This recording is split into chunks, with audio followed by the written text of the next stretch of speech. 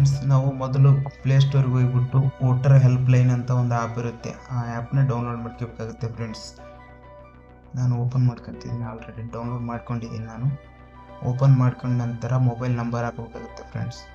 ನೀವು ರಿಜಿಸ್ಟರ್ ಆಗಿಲ್ಲ ಅಂದರೆ ನೀವು ರಿಜಿಸ್ಟರ್ ಅಂತಿದೆ, ಅದರ ಮೇಲೆ ಕ್ಲಿಕ್ ಮಾಡಿ ರಿಜಿಸ್ಟರ್ ಆಗಿ ಪಾಸ್ವರ್ಡ್ ಕೂಡ ಸೆಟ್ ಮಾಡ್ಕೊಳ್ಳಿ. ನಾನು ಪಾಸ್ವರ್ಡ್ ಹಾಕಿ ಸೆಂಡ್ OTP ಮೇಲೆ ಕ್ಲಿಕ್ ಮಾಡ್ತೀನಿ ಫ್ರೆಂಡ್ಸ್.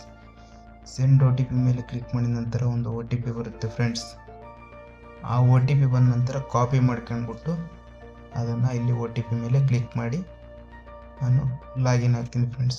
ಲಾಗಿನ್ ಆದ ನಂತರ ಡೌನ್ಲೋಡ್ ಎಪಿಕ್ ಅಂತಿದೆ, ಅದ್ರ ಮೇಲೆ ಕ್ಲಿಕ್ ಮಾಡಬೇಕಾಗುತ್ತೆ ಫ್ರೆಂಡ್ಸ್. ಕ್ಲಿಕ್ ಮಾಡಿದ ನಂತರ ಎಪಿಕ್ ನಂಬರ್ ಕೇಳುತ್ತೆ ಫ್ರೆಂಡ್ಸ್.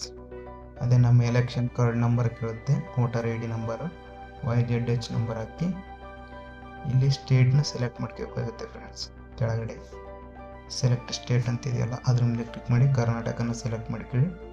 ಸೆಲೆಕ್ಟ್ ಮಾಡ್ಕೊಂಡ ನಂತರ ಫೆಕ್ಟ್ ಡೀಟೇಲ್ಸ್ ಅಂತಿದೆ, ಅದ್ರ ಮೇಲೆ ಕ್ಲಿಕ್ ಮಾಡಿ ಫ್ರೆಂಡ್ಸ್.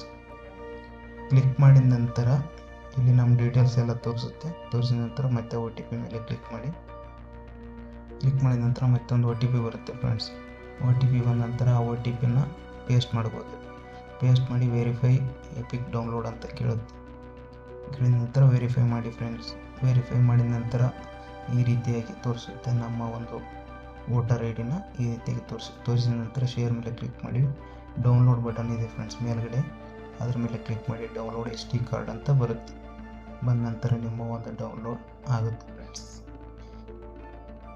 ಈ ವಿಡಿಯೋ ಇಷ್ಟ ಆಗಿದ್ದರೆ ಲೈಕ್ ಮಾಡೋದ್ರ ಮುಖಾಂತರ ಸಪೋರ್ಟ್ ಮಾಡಿ ಫ್ರೆಂಡ್ಸ್. ಶೇರ್ ಮಾಡಿ, ಸಬ್ಸ್ಕ್ರೈಬ್ ಮಾಡಿ.